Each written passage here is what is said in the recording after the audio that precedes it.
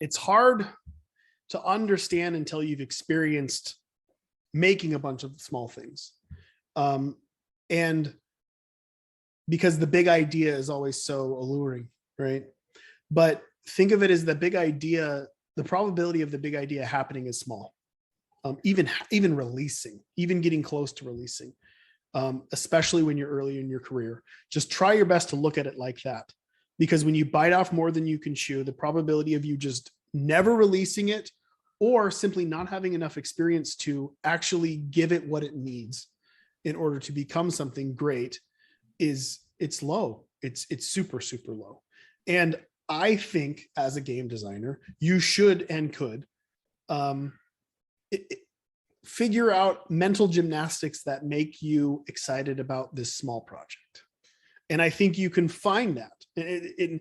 And I would go as far as to saying that you're making an excuse for yourself of avoiding doing a small project. You can get very excited about a small thing.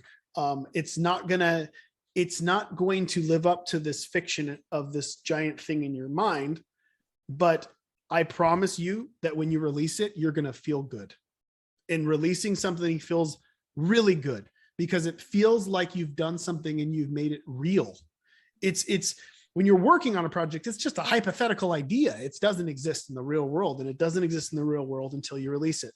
And releasing something, even if it's something small, even if it's something shitty, it gets you prepared, and it actually simply as on a brain chemistry level, it's important for you to give yourself the good juice. And you get the good juice from releasing. You don't get the good juice from working for years. It doesn't. The juice goes away and you feel like shit, and you dig yourself into a deep, dark hole and you die in it. You need to replenish yourself. And the best way to do that and learn is to make a bunch of small projects, because you will get those good juices when you release something. You'll feel good about it. You'll feel accomplished, and you'll feel motivated, and you'll know, how could I do this better next time? What direction can I go? And the ride, of this, 3-month, 4-month project is, you'll learn so much through this little itty bitty thing because it's so condensed into this little thing. With the next thing, you'll get better at it. You'll become more efficient.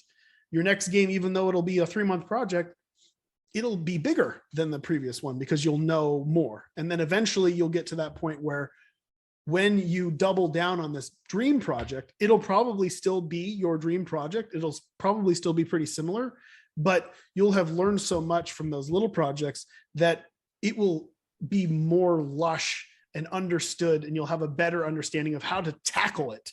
Because tackling a big project like that is not something that people can do unless they've tackled a bunch of little projects.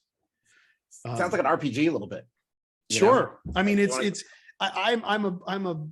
I believe in designing your workflow in the same way you would design a game for somebody else to play. It's important because you need to give yourself the reward. You can't just do boring shit the whole day. You need to find the stuff that is the dessert, and you need to give yourself a little dessert at the end of the day. You need to be able to carry yourself through in a strategically designed manner so you don't burn out or start hating the project that you're working on. I also don't over design. It's important to not over design. That's something I didn't know for many years as well. When you over design something, you'd be surprised in how much you will feel like I've already seen that. I've already done that. It's been in my head 10 times over. I know exactly how it's going to play out. It becomes less and less exciting as it goes. One of the reasons why I'm excited about the projects that I'm working on is because there's an unknown variable to them. I don't write that shit until I get there because I want it to be exciting and I want it to be fun for me to do. I don't over design because I want the game to find itself as I'm working on it and tell me what it wants. And I won't become so rigid as a designer, feeling like, no, I wrote this on paper and this makes sense and I'm going to go with this. When you open yourself up more to the design flow and let things happen, you'd be surprised how many bugs become features. How a game that you think is a really good idea turns out one element of that game is actually really fun and your idea was shit. But that one element, it's so cool that you could expand on it, infinitely, and you would never know because you you didn't dive into that little area. You know what I mean?